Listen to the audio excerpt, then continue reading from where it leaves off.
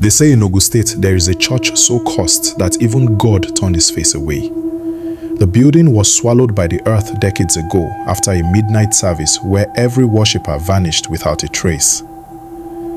But villagers still swear they hear the cracked voice of an old woman praying there every night, her cries crawling out of the ground like smoke. One curious young man, Kunle, laughed at the warnings.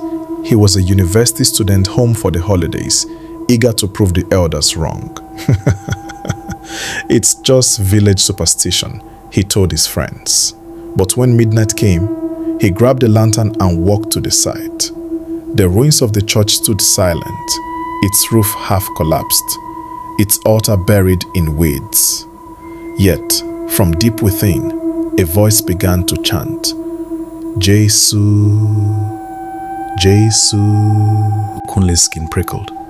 The voice belonged to an old woman, trembling but powerful.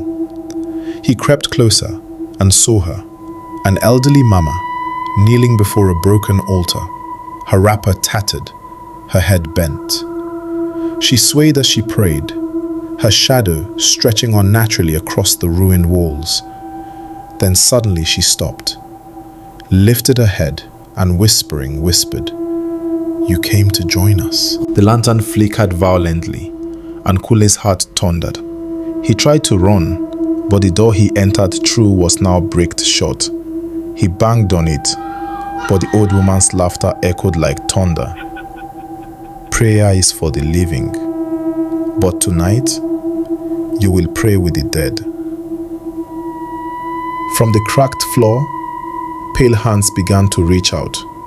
Men, women, and children, pulling themselves from the buried earth. Kunle shouted, swinging his lantern, but the flames went out, leaving only moonlight seeping through the cracks in the roof. The buried congregation crawled toward him, their mouths moving in unison, chanting hymns in broken voices. He covered his ears, but the sound was inside his head, twisting his thoughts, dragging him down. Suddenly, the old woman grabbed his hand, her grip colder than stone.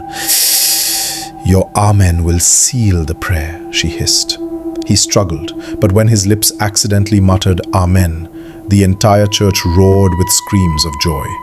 The congregation swarmed him, and the earth split beneath his feet, dragging him down into the buried pews, where endless faces stared up at him in eternal prayer. By morning, the villagers found the church ruins quiet again. No sign of Kunle, only his lantern lying by the altar. But when the sun cast its